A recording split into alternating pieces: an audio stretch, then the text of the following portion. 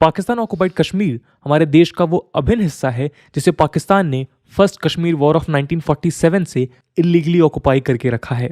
समय समय पर यह सवाल उठता रहता है कि क्या इंडिया पीओके को पाकिस्तान कंट्रोल से आज़ाद कर वापस अपने कंट्रोल में ला सकता है। एक्सपर्ट्स इस मुद्दे में डिवाइडेड हैं और समय समय पर इस सवाल पर चर्चा होती रहती है। खैर, आज के हमारे इस वीडियो का मकसद ये समझना है कि अगर इंडिया किसी तरह से पीओके को अपने कंट्रोल में ले आया तो उसके क्या फायदे होंगे। जी हाँ, आज हम पीओके की इंपॉर्टेंस को हाईलाइट करते हुए एक डिटेल्ड एनालिसिस करेंगे और पीओके के जियोपॉलिटिकल, जियो इकोनॉमिकल और बाकी के सिग्निफिकेंसेस को समझेंगे। चलिए शुरू करते हैं पीओके के बारे में एक ब्रीफ इंट्रोडक्शन से। नमस्कार दोस्तों, मेरा नाम है आदर्श और स्वागत है आपका स्टडी आईक्यू में। दोस्तों, पाकिस्तान ऑक्युपाइड कश्मीर को हम मेनली दो हिस्सों में बांट सकते हैं। पहला रीजन है गिलगिट बाल्टिस्तान जो नदर्न कश्मीर से बाउंड्री बनाता है।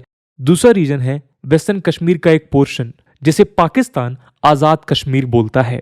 गिलगिट बाल्टिस्तान की बात करें तो ये लार्जर कश्मीर रीजन का हिस्सा है जिसके साउथ में सो कॉल्ड आजाद कश्मीर और union territory of Jammu and Kashmir स्थित है।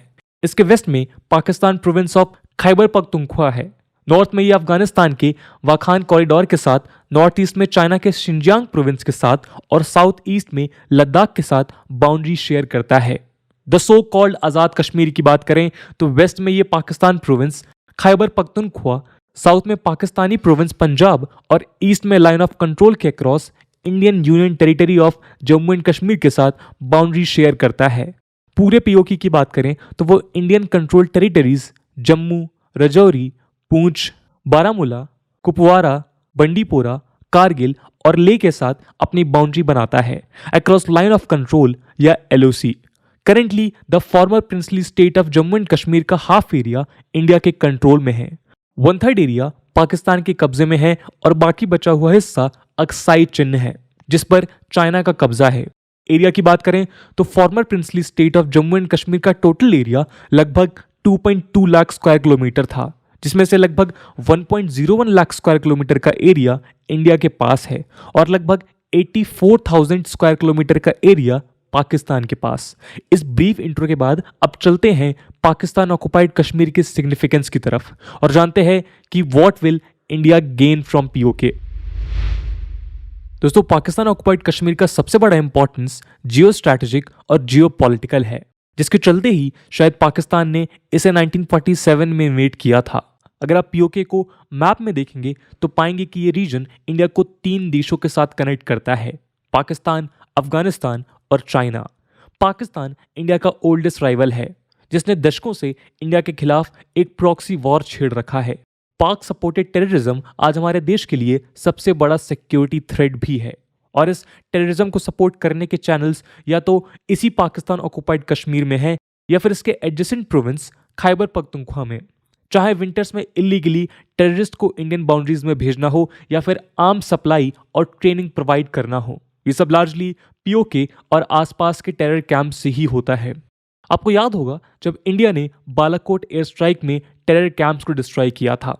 एक्चुअली बालाकोट पीओके से सटा हुआ एक टाउन है जो खैबर पख्तूनख्वा में स्थित है। इसलिए अगर इंडिया के पास पीओके आ जाता है तो वो खुद की सिक्योरिटी को रैपिडली एनहांस कर पाकिस्तान पर एक स्ट्रेटेजिक एज भी हासिल कर सकेगा। चाइना की बात करें तो वो आज इंडिया का सबसे बड़ा रीजनल राइवल है। इंडिया को चारों तरफ से घेरने के प्लान्स में इन्वॉल्व चाइना के लिए गिलगिट बाल्टिस्तान एक बेहद इंपॉर्टेंट लोकेशन है। हम ये भी कह सकते हैं कि पाकिस्तान के लिए पीओके जितना बेनिफिशियल है उससे ज़्यादा वो चाइना के लिए इंपॉर्टेंट है। ऐसा इसलिए क्योंकि गिलगिट बाल्टिस्तान के रास्ते चाइना शिनजियांग के काशगर को पाकिस्तान के ग्वादर से ईजिली कनेक्ट कर सकता है। चाइना का ambitious China Pakistan economic corridor भी इस पास से गुजरेगा। खैर, चाइना के लिए ये कनेक्टिविटी एक वरदान से कम नहीं है क्योंकि इससे वो अपने सबसे बड़ी जियोपॉलिटिकल प्रॉब्लम मलक्का डायलेमा को सॉल्व कर पाएगा। फॉर्मर चाइनीज प्रेसिडेंट हु जिनताओ ने खुद मलक्का डायलेमा को चाइना का सबसे बड़ा चैलेंज बताया था। मलक्का डायलेमा का मतलब है क्रूशियल रिसोर्सेज जैसे ऑयल एंड गैस के इंपोर्ट और अपनी एक्सपोर्ट डिपेंडेंट इकोनॉमी में एक्सपोर्ट्स के लिए चाइना का over dependence on Malacca strait. Malacca strait के क्लोज प्रॉक्सिमिटी में इंडिया का अंडमान एंड निकोबार आइलैंड है जो वॉर के वक्त इंडिया को एक मेजर स्ट्रेटेजिक एज दे सकता है। अगर इंडिया अपनी मिलिट्री पावर का इस्तेमाल कर मलक्का में ब्लॉकेट कर दे तो ये पूरी चाइनीज इकोनॉमी को पैरालाइज करने की ताकत भी रखता है और चाइना इससे भली भांति अवेयर है। यही वजह है कि वो दशकों से मलक्का डायलमा का सॉल्यूशन ढूंढने के प्रयास में है और पीओके इसलिए बेहद ज़रूरी है। इसके अलावा पीओके में सीपीईसी चाइना के लार्जर बीआरआई प्रोजेक्ट का क्रूशल आर्म है जिसके थ्रू वो पूरे एशिया में अपनी हेजिमनी बढ़ाना चाहता है। अगर वो सीपीईसी इंडियन टेरिटरी से बना लेता है तो वो सीना तान कर दुनिया के सामने अपनी ताकत भी प्रोजेक्ट कर पाएगा। इंडिया के लिए एक रेपुटेशनल चैलेंज तो है ही, साथ में ये उसकी सोवरेनिटी पर भी एक अटैक है जो उसके इंटरनेशनल एम्बिशंस को कमज़ोर करता है। ऐसे में अगर पीओके इंडिया के पास आ जाए तो ये चाइना के लिए एक बड़ा झटका होगा और इंडिया के लिए एक स्ट्रैटेजिक विक्ट्री। इसके अलावा पीओके इंडिया के लिए गेटवे टू सेंट्रल एशिया भी है क्योंकि अफगानिस्तान में स्ट्रेटजिकली लोकेटेड वाखान कॉरिडोर के रास्ते इंडिया को अफगानिस्तान का एक्सेस देता है।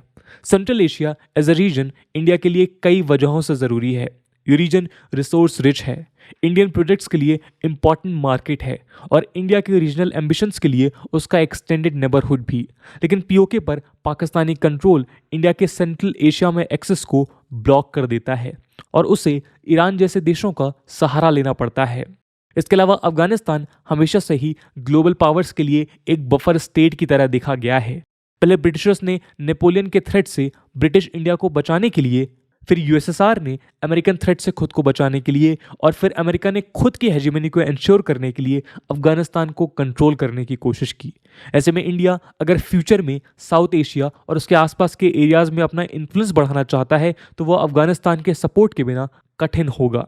पीओके पर पाकिस्तान कंट्रोल तो था ही, आज अफगानिस्तान में तालिबान भी पावर में आ चुका है जो इंडिया के लिए एक मेजर सिक्योरिटी थ्रेट भी है। तालिबान का हक्कानी फैक्शन एक प्रो पाकिस्तान और प्रो आईएसआई फैक्शन है, वही पाकिस्तान जिसने दशकों से कश्मीर में प्रॉक्सी वॉर छेड़ रखा है।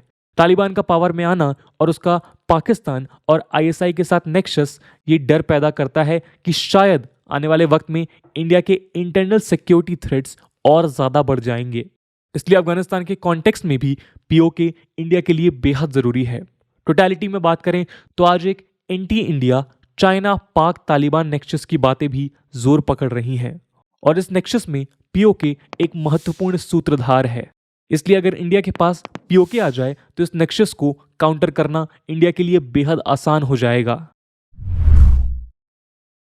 दोस्तों, मेजर देशों के साथ बाउंड्री के अलावा पीओके का जियोपॉलिटिकल सिग्निफिकेंस काराकोरम पास में स्थित सियाचिन ग्लेशियर और उसके नॉर्थ में स्थित सक्शगम वैली के चलते भी बढ़ जाता है। सियाचिन ग्लेशियर पीओके और अक्साई चिन्ह के बीच स्थित एक छोटा सा रीजन है जो पॉइंट NJ9842 के नॉर्थ ईस्ट में ईस्टर्न काराकोरम रेंज में है। NJ9842 वो पॉइंट है जहां इंडिया और पाकिस्तान का डी फैक्टो बॉर्डर यानी लाइन ऑफ कंट्रोल खत्म होता है। 76 किलोमीटर लंबा ये ग्लेशियर काराकोरम का लॉन्गेस्ट ग्लेशियर भी है। इस ग्लेशियर के साउथ वेस्ट में सेल्टोरो रिज है जिसके हाईएस्ट पीक्स पर इंडियन आर्मी तैनात है और उसके वेस्ट में स्थित लोअर पीक्स और सेल्टोरो वैली पर पाकिस्तान फोर्सेस तैनात हैं। हायर पीक्स पर इंडियन आर्मी के कंट्रोल ने इंडिया को एक टैक्टिकल एडवांटेज दिया है जिससे वो पाकिस्तानी फोर्सेस पर नज़र रख सकता है। इसके अलावा सियाचिन ग्लेशियर की मदद से इंडिया यहाँ के मेजर पासेस और रूट्स पर भी नज़र रख सकता है जो लेह और लद्दाख की तरफ जाते हैं।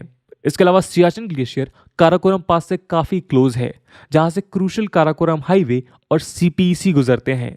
ऐसे में काराकोरम पास पाकिस्तान और चाइना नेक्सस का पिवट है और सियाचिन ग्लेशियर पर इंडिया का कंट्रोल इसका एंटीडोट।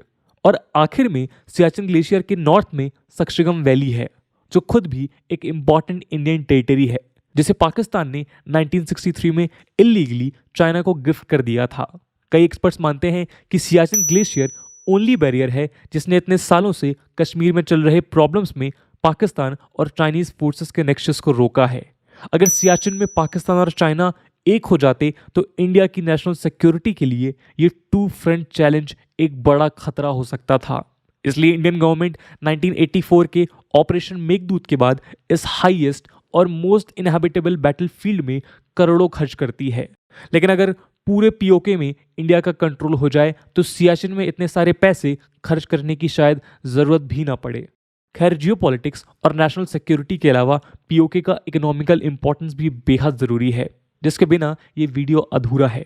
तो चलिए पीओके के इकोनॉमिक इंपॉर्टेंस की चर्चा करते हैं।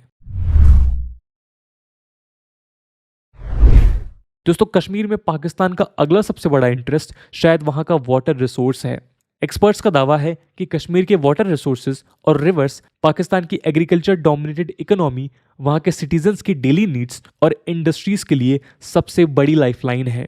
पाकिस्तान में कश्मीर के वाटर रिसोर्सेज की वैल्यू का अंदाजा आप इस बात से लगा सकते हैं कि वहां के रेडिकल लीडर्स जैसे हाफिज सईद ने भी कई बार अपने स्पीचेस में इसे हाईलाइट कर पाकिस्तानी फोर्सेस को कश्मीर में अपने एफर्ट्स को बढ़ाने की बात कही है।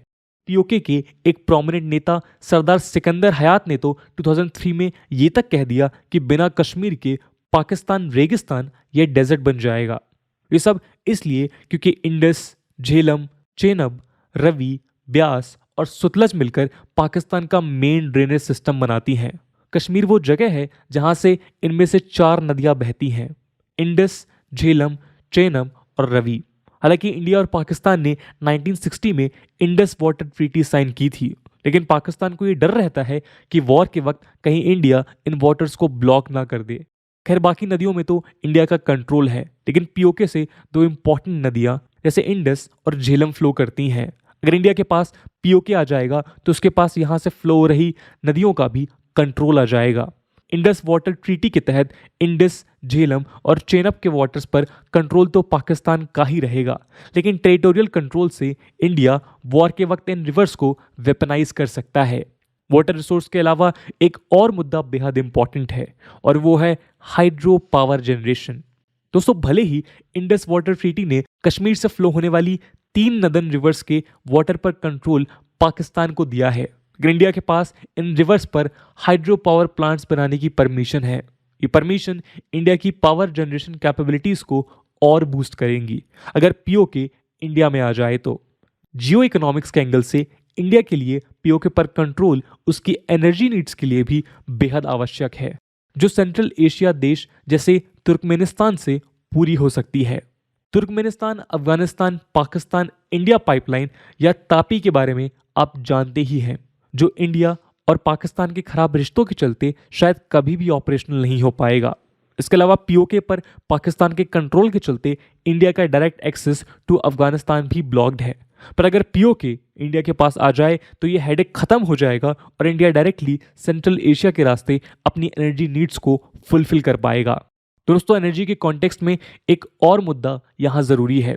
2018 में एक इटालियन फर्म ने अपने साइंटिफिक पेपर में यह दावा किया था कि न सिर्फ पीओके में बल्कि पूरे कश्मीर में huge oil and gas reserves होने की संभावना है, लेकिन कॉन्फ्लिक्ट और बॉर्डर इश्यूज के चलते ये रिसोर्सेज एक्सप्लोर नहीं हो पाए हैं।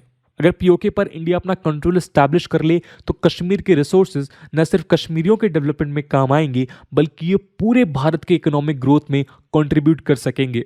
एनर्जी और वाटर के अलावा पीओके अपने खूबसूरत हिल्स और मेडोज के चलते एक मेजर टूरिस्ट डेस्टिनेशन भी है। अगर पीओके इंडिया में आ गया तो यहाँ के मेजर टूरिज्म डेस्टिनेशंस जैसे झेलम और नीलम नदी के बैंक्स पर स्थित मुजफ्फराबाद, नीलम वैली, सुधानोती, रावलाकोट सिटी और गिलगित बाल्टिस्तान में स्थित माउंट केटू जैसे माउंटेनियरिंग स्पॉट्स इंडिया के पास आ जाएंगे। इसके अलावा पीओके पर कंट्रोल इंडिया को पोलर रीजन्स के बाहर दुनिया के 3 लॉन्गेस्ट ग्लेशियर्स भी देगा, the Biafo glacier, the Baltoro glacier और बटूरा ग्लेशियर। साथ में यहाँ कई हाई एल्टीट्यूड लेक्स भी इंडिया के पास आ जाएंगे, जैसे Sheosar lake in the Deosai plains, Naltar lakes in the Naltar valley, Satpara Tso lake and Katzura Tso lake in Baltistan etcetera. तो दोस्तों ये थे कुछ मेजर बेनिफिट्स जिनके लिए पीओके इंडिया के लिए सोवर्निटी इशू तो है ही, साथ में वो इंडिया के कई socio economical and political interest के लिए भी क्रूशल है। इस पूरे मुद्दे को लेकर आपका क्या ओपिनियन है और किस तरीके से पीओके इंडिया को बेनिफिट कर सकता है, कमेंट सेक्शन में जरूर बताइएगा। आज की वीडियो के लिए इतना ही। आई होप आपको वीडियो पसंद आई होगी और अगर पसंद आई है तो अपने दोस्तों के साथ शेयर करना मत भूलिएगा। हम मिलते हैं अगले वीडियो में, तब तक के लिए जय हिंद, जय भारत।